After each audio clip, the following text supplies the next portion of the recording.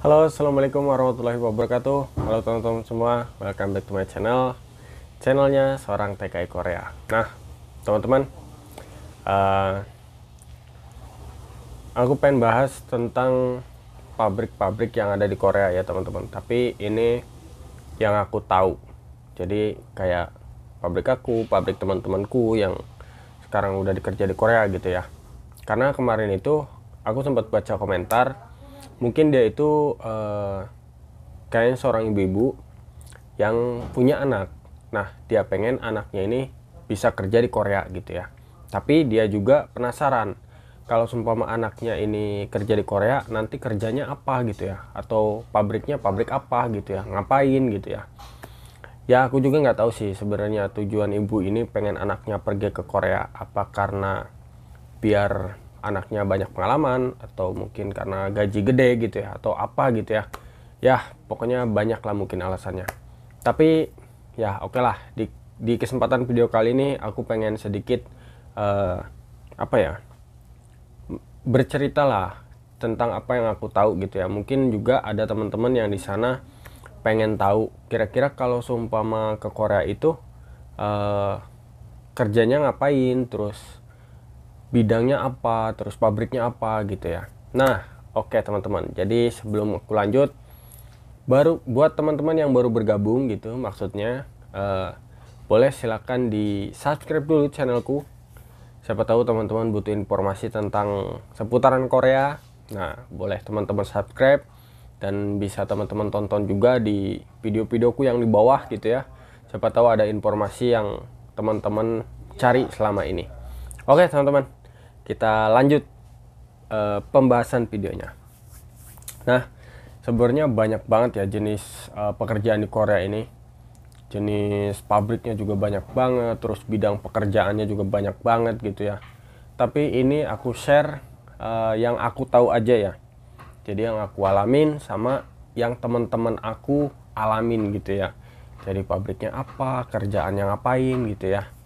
Oke teman-teman, jadi memang di Korea itu kan ada dua ya, jurusan atau apa ya, jurusan bidang ya, bidang pekerjaannya itu ada fishing dan manufaktur.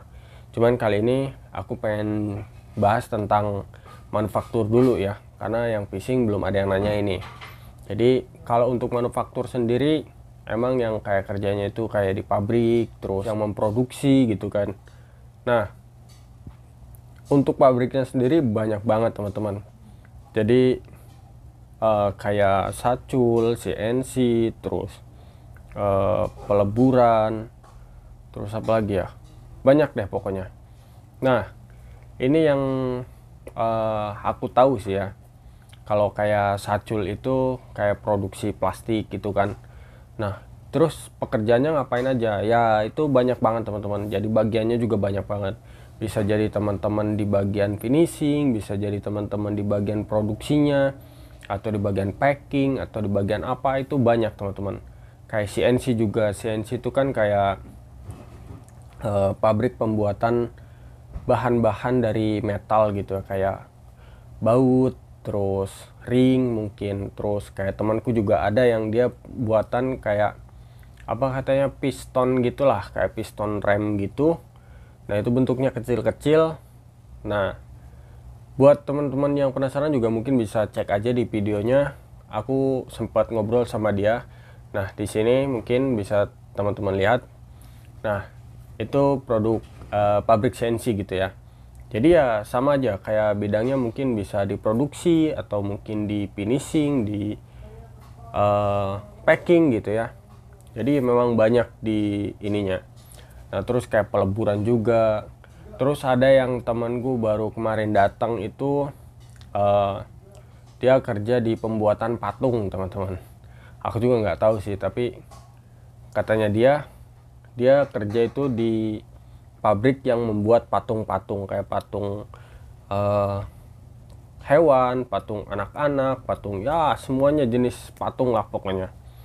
Terus ada juga yang kerja di bidang jasa kayaknya. Jadi bidang jasa mungkin kayak dia, pabrik dia itu cuman bagian finishing aja mungkin ya. Jadi kayak ngebuatin apa gitu dari pesanan orang gitu kan. Terus ada juga yang pemotongan batu, jadi batu yang gede-gede gitu dipotong, terus habis itu dikecil-kecil, ya mungkin hasilnya kayak batu hias, batu nisan mungkin, terus batu-batu yang buat ada di taman-taman gitu kan. Nah itu beberapa yang aku tahu sih ya gitu ya.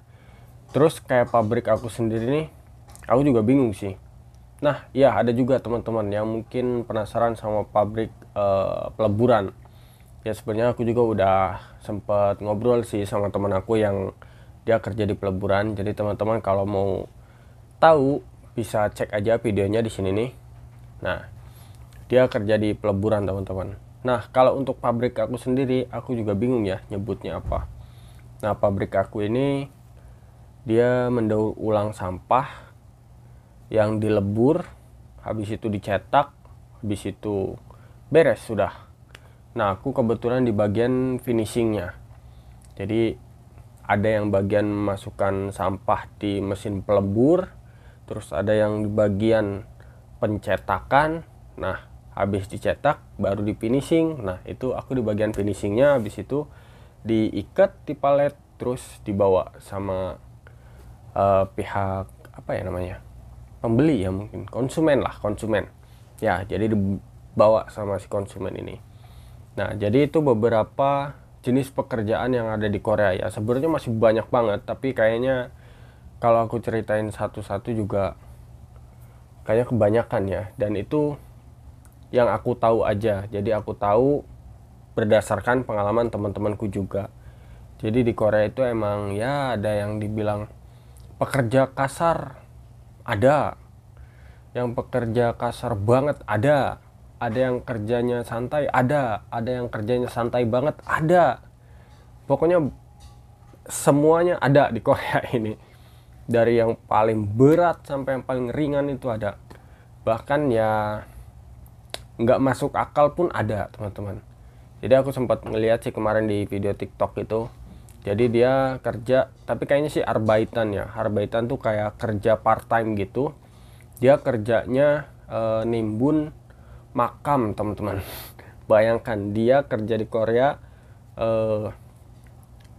apa namanya ya, jadi dia ngangkut tanah gitu untuk membereskan makam-makam gitu teman-teman. Jadi mungkin ada yang makam yang udah tanahnya udah longsor gitu ya, nah itu ditambahin lagi tuh sama tanah itu yang dia bawa itu.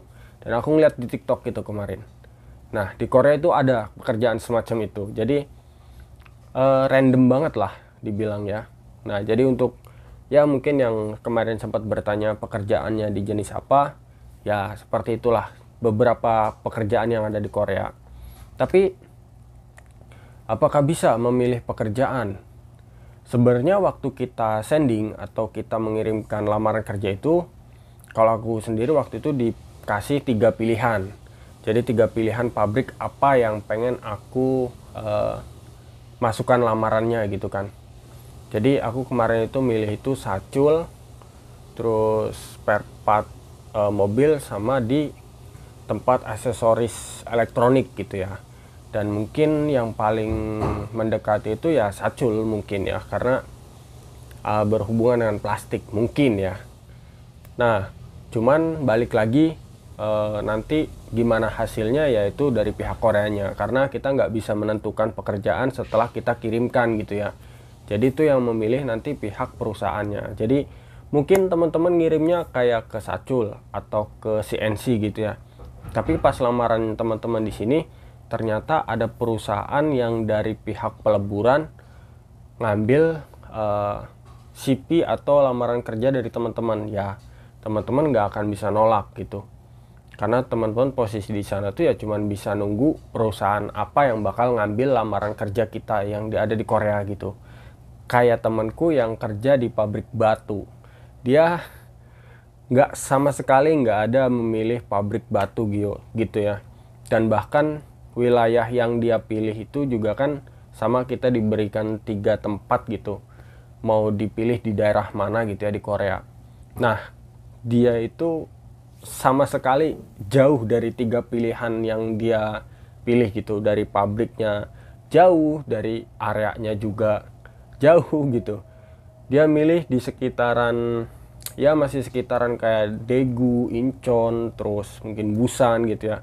Tapi dia loncat sampai ke Jeju-do. Terus dia milih kayak sacul, terus spare part, dia hampir sama lah kayak aku, tapi dia dapet di pabrik batu. Ya, jadi begitulah. Kadang kita sudah memilih, tapi ya balik lagi, kita nggak bisa menentukan pekerjaan mana yang kita mau gitu ya. Ujung-ujungnya kita hanya bisa berdoa aja, semoga apa yang kita mau, ya perusahaan Korea yang itu yang ngambil gitu kan. Ya, mungkin seperti itu aja penjelasan singkatnya ya. Mohon maaf kalau kurang jelas. Kalau seumpama masih ada yang kurang jelas, mungkin silakan tulis aja di kolom komentar. Mungkin bakal aku buat part berikutnya mungkin ya. Atau mungkin nanti aku bisa langsung jawab di kolom komentar. Atau yang mungkin mau bertanya secara pribadi bisa DM ke Instagram aku yang ini. Ya. Nah, ini Instagram aku yang baru ya. Jadi kalau seumpama ada pertanyaan seputar tanya-tanya Korea, silahkan DM aja ke situ ya. Nah, oke, terima kasih teman-teman yang sudah menonton dan selama ini masih setia menonton. Videonya sampai di sini dulu. Wassalamualaikum warahmatullahi wabarakatuh.